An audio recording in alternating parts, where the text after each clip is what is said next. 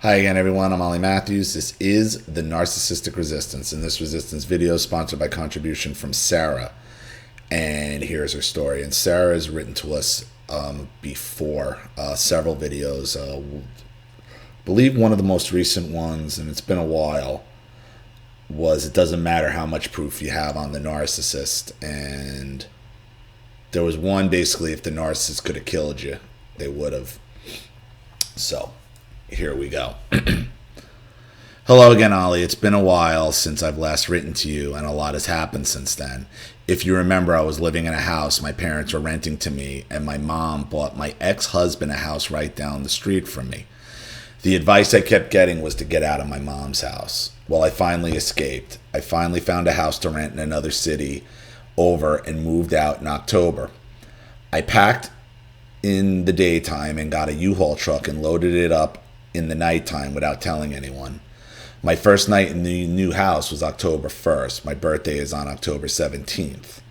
I was expecting to hear from my narc mom or something on that day, but I didn't. I thought to myself, surely she won't let this go this easily. No. I mean, after listening to all your stories you read, I totally expected her to try to reach out to me, but she didn't. I was going to write into you with some questions on how long after trying to go no contact do they usually start their games.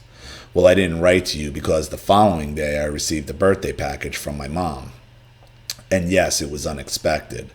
I didn't tell anyone where I moved to, and I know that it's easy to track people down, but it had only been 2 weeks. How did she find me that quick? They have their ways. It's not that hard. It really isn't that hard. So back to the package. My husband made my birthday a very memorable one. His entire family sent flowers, chocolates, and texts. It was the first time I had ever felt recognized in my birthday. So the following day when I received the package, I assumed it was from one of his family members. I opened it and it was a box of nuts with a card. The card read, "May your day be as special as you are. Love, Mom and Dad." My heart sank into my stomach. I called my husband and said, "Please tell me your mom and dad sent me this package."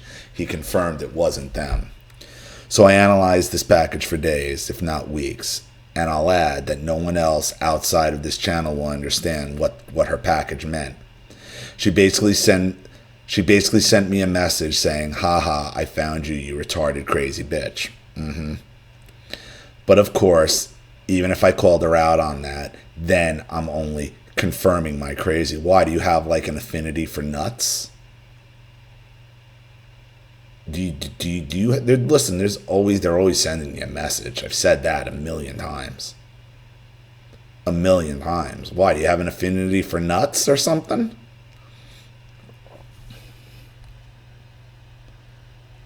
My dad has sent me numerous texts since I've gone no contact. One of them said the following: "Mom and I are going through pictures of you kids when y'all were growing up, and oh how we miss how our family was all together and how we loved each other. That was not that long ago. Lots of great memories. When you was off at boot camp and we looked after Audrey and Haley, and all the mornings I would fix breakfast for them and take them to daycare. Then school as time went on. While you and Mom were going to night school, I would watch Esvin, where I would walk around the house holding him so that he wouldn't cry. Oh, how I wish it was like that now." See, what this is just a guilt. Look at all I've done. Look at all I've done for you. It can still be that way. There's the hook. There's the hook. It can never be that way. It was never that way with the Narth. It could still be that way. Really? It was never that way. It was never the way you were describing, because it was always had strings. And you were always waiting with your narcissistic hook to sucker me back in, right? It was never that way. Life is too short to let anything get in the way of that. Before you know it, 20 years will have passed, and just think of the good times we could have enjoyed together. Well, you had, I believe, 30-something years for good times up until now, so the future time with the narcissist isn't time wasted. It's the time you spent with them is the wasted time.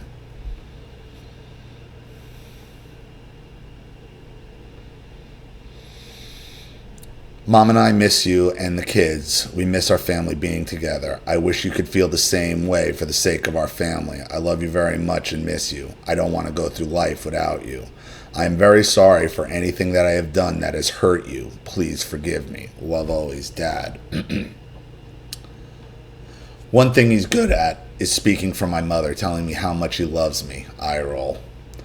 I never responded to this text. I didn't see the point because I know it's a trap. He's so sorry he hurt me, yet he's still very involved with my ex-husband, inviting him for all holidays still, and still bought him a house. So he's not at all that sorry. Fast forward to Christmas time, the day before school got out, my teenage daughters told me that my mom and dad waited for the girls outside of their bus stop. And when they got off the bus, they gave them Starbucks gift cards for Christmas and told them not to tell me or let me find out. Wow. Then my mom said she was going to get going before the girls, got in trouble by me. Here's the issue. My good kids are pretty open with me and they tell me a lot of things. It took them 2 days to come forward with this because they were scared they would get in trouble. Just like that, my bitch mom planted that seed that they would get in trouble for what she did. I assured the girls they will never get in trouble for anything my parents do, and I thanked them for coming to me and told them they did the right thing. Then I took away the gift cards and told them I will replace them. Then I called the cops to ask them what I could do to keep these people away from my kids. Stalking them at their bus stop was pretty fucking creepy if you ask me. The cops said I could file a restraining order and asked me for her phone number. They called my mom and asked that she refrains from all contact with me and my kids. Of course, right after they called her, she had my dad text me. He says he wishes I could one day reconcile and that they'd always be here for me. What the fuck ever. Where the fuck were they all last year when I had a mental breakdown over their abuse? Oh, that's right. Sitting back, watching with shitty grins and doing nothing. I finally responded to his text for the first time in a long time, and the last time. It said this, and FYI, you are who I was referring to when I mentioned my therapist. I mean, you've done more help than my actual therapist. We should call you Dr. Ollie Matthews. Thanks. I'm not going to waste any more time trying to explain anything to you. Like my therapist once said, there could be all the proof in the world signed by God himself, and your dad would still deny it. He will still take your mom's side, and he will never validate you. Never. So let go of the possibilities and stop explaining yourself to people who only want you around to hurt you. They know what they are doing is wrong, yet they still do it. Validating you means they are giving you control, and that's the last thing they will do. So if they continue to try, be prepared for the ultimate letdown each and every time. Save yourself while you still can. Wisest words I've ever heard. But you seem to still believe you can pray and text fake apologies to bring me back. Let me assure you that I will never come back, reconcile, or whatever you want to call it. As surely as you will never believe the evil things your wife has done and continues to do, I will not have a relationship with her or anyone associated with her. I told you, you can thank your wife every night for losing your daughter. Add yourself to that list. Thank yourself too because you have allowed this. I am as good as dead to you, and there is no changing my mind. People don't just walk away from unconditional love. That's what I know. But they do walk away from evil, backstabbing liars. Let me say this again. I do not care how many times you fake apologize. I do not care that you fake miss me. Nothing you can say or do will bring me back. No amount of prayers will bring me back. You don't miss me or love me enough to end Stacy's love affair with Justin. You don't love me or love me enough to get rid of him yourself. And that says all I ever need to know. Stay in denial over your wife. That's your problem. And I will have no part of y'all's mental illnesses anymore. You won't be hearing from me anymore, but I figured I'd just let you know that your attempts to get me to come back is nothing more than wasted time. Have a good life with your wife and her not so secretive lover, Justin. End text. Well, there you go. Always blow up the narcissist spot if you can. Since this text, he has never responded because you blew up his spot. You went right where you needed to go with that. Right where you needed to go. Stacy is my mom, Justin is my ex. I mean, you don't just buy someone a whole house and not be fucking. And they don't even deny it. So I have a sister whom I haven't seen or spoken to in 4 years. I think I got into that a little bit in another letter to you. My mom and her accused my teenage daughter's father of molesting her to get rid of him. Anyhow, she has lately been making public posts about me on Facebook. She uses my name so I know they are in fact about me. Also, nothing else on her Facebook is public. One post she says, I'm my own reason that I'm such a sad, miserable person and not everyone is a hater. That all of this is just imaginary and I need to grow the fuck up already. Then a few days after that post, she says, I'm just fake happy, and asked, who am I trying to convince I'm even happy? And said it's cute that I try. We'll never stop. They'll listen, your sister obviously has rank jealousy of you.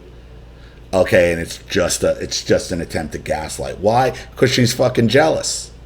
That's just jealousy. LOL, I don't know what exactly that's supposed to mean. One day I'm miserable, the next day I'm not even allowed to be happy. So basically my existence pisses them all off. Again, she knows nothing about my life. I haven't seen her in over 4 years. What doesn't happiness or misery matter to her? What does my happiness or misery matter to her anyway? How would either affect her? It just does. Okay, because she bases her worth and her value on how happy or sad you are. And as long as you're miserable and ostracized, she can feel better about herself. That's why, because she hates herself. She hates herself. And thanks to you and the support from this group of the abused. Oh, wait, hold on. Maybe by me going no contact, she's getting it harder from the narc mom now. But I'm happy to say it's not my problem anymore. And thanks to you and all the support from this group of the abused, I was finally able to get the guts to escape and go no contact. You ultimately saved my life. Thanks, Ollie. Have a good day and a happy new year. Well, thank you so much. Look, you've written me a bunch of times, and I'm so glad you finally got out and got away from that entire situation. How you handled your father was perfect.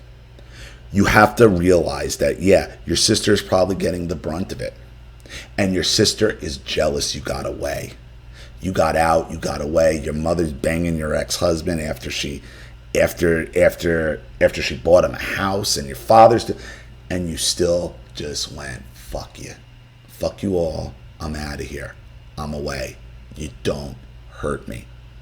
So she just wants to knock you down, hoping it's not real. But it seems like it is. The narcissist depends on your happiness not being real. Because that's how they judge themselves. So I hope that helps. Thank you so much for another contribution and another story. I really appreciate it. Thank you to everybody watching. Please leave any opinions or advice in the comments section below. And again, if you want your story read on the channel, you have a topic you'd like me to cover, a narcissist you'd like to expose, you'd like to set up Skype, a phone call, have a private video made, or a Facebook live chat, or you'd like to sponsor a video like this for someone who needs help and can't afford it, or just make a contribution to the channel in general to keep it supported, growing, and expanding, because this channel survives 100% on contributions from all of you. Without you guys, all of this goes away. So if you like what you see here and you want to see more videos like this, you know what to do with the PayPal and email links in the description box. Also, please like and share this video wherever you can. Subscribe to my channel if you haven't, and be sure to click the subscription bell to be notified of all my video uploads. I'm Ollie Matthews. This has been the Narcissistic Resistance. Take care.